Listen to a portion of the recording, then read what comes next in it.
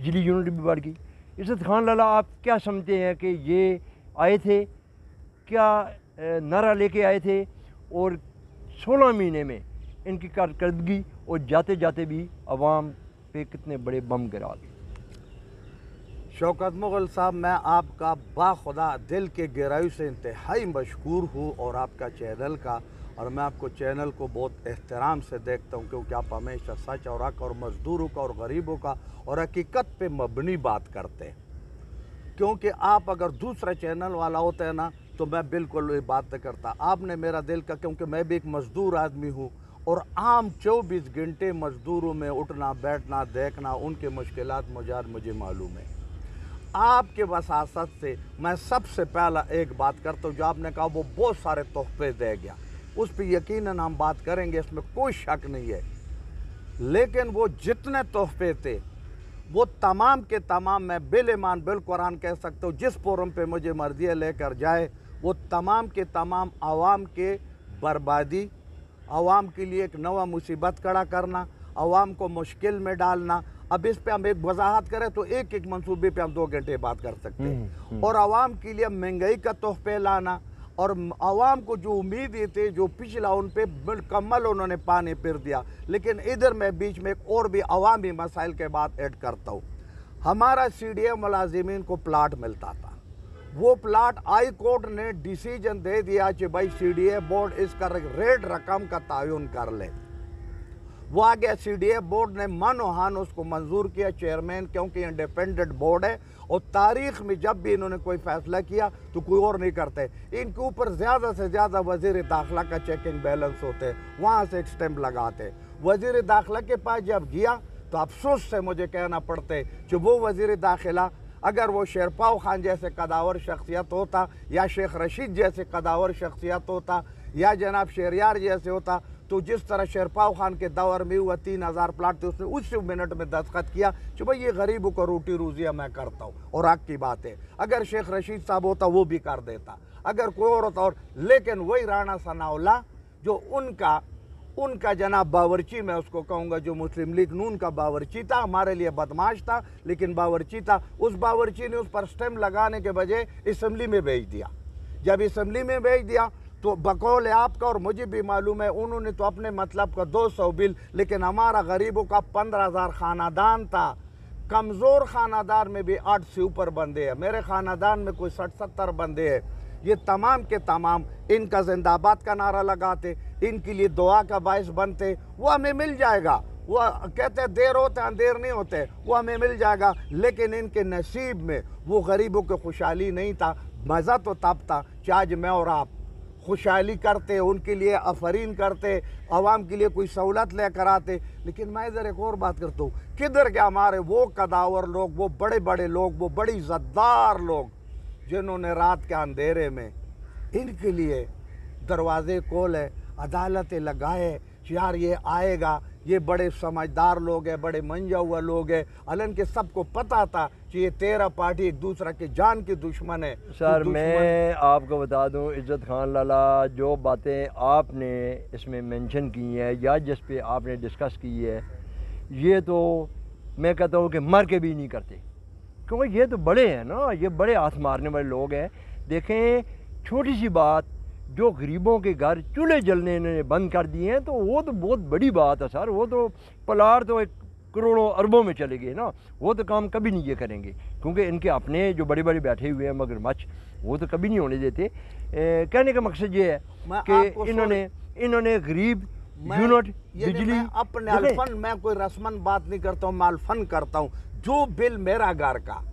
Be tape quarter ہے، G7 میں رہتا ہوں، تمام ریکارڈ پہ موجود بل ہے، ان کے پاس ہے، نکال دے۔ اس 15 مہینے سے پہلا جتنا بل آتا تھا میرا 8,000 7,000 6,000 15,000 8,000، یعنی جون جولائی میں جو ہے نا وہ پنکھے منکے ذرا چلتے تو 15,000 تک پہنچتا، باقی سردی میں 8,000 اور 6,000 تھا۔ اچھا، انہوں نے وہ جو گیس کا بل ہے، میں بالایمان بالقرآن باہودو کہہ سکتا ہوں، وہ انہوں نے ڈبل سے بھی زیادہ کر دیا۔ مزے کے بات ہے، رات کو اس کے اوپر جو ہے نا ہمارا اوپر 10 بجے کے بعد تیرا مہمان آئے، کچھ آئے، جناب لوڈ شیڈنگ ہے، گیس نہیں ہے۔ اچھا، اس کے بعد وہ بل میرا، مغل صاحب آپ کے کیمرے کے بساست سے میں کہہ رہا ہوں، با خدا وہ میرا بل 30,000, 35,000, 40,000,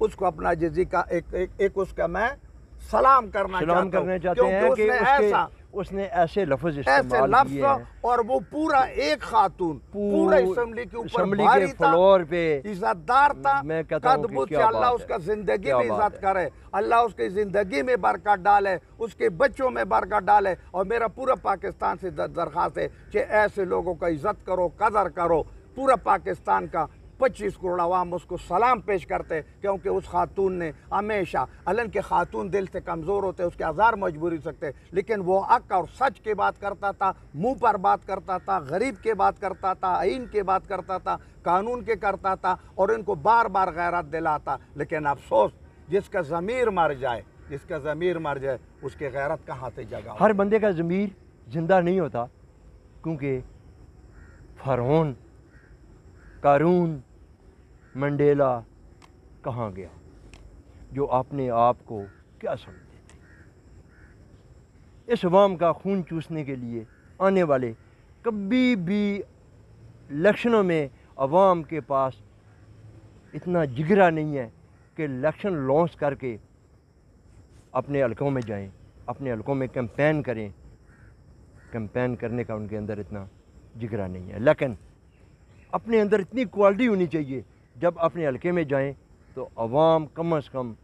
پھول نچھاور کرے, آپ کو سلام پیش کرے, نہ کہ عوام کا خون چوس کر اس عوام کی بدوائیں, اس عوام کی نفرت اپنے دلوں میں پیدا کر دی. مزید بھی آگے ہم آپ کو بتائیں گے. اپنے میزبان شوکت مغل کو اجازت دیجیے. اللہ حافظ.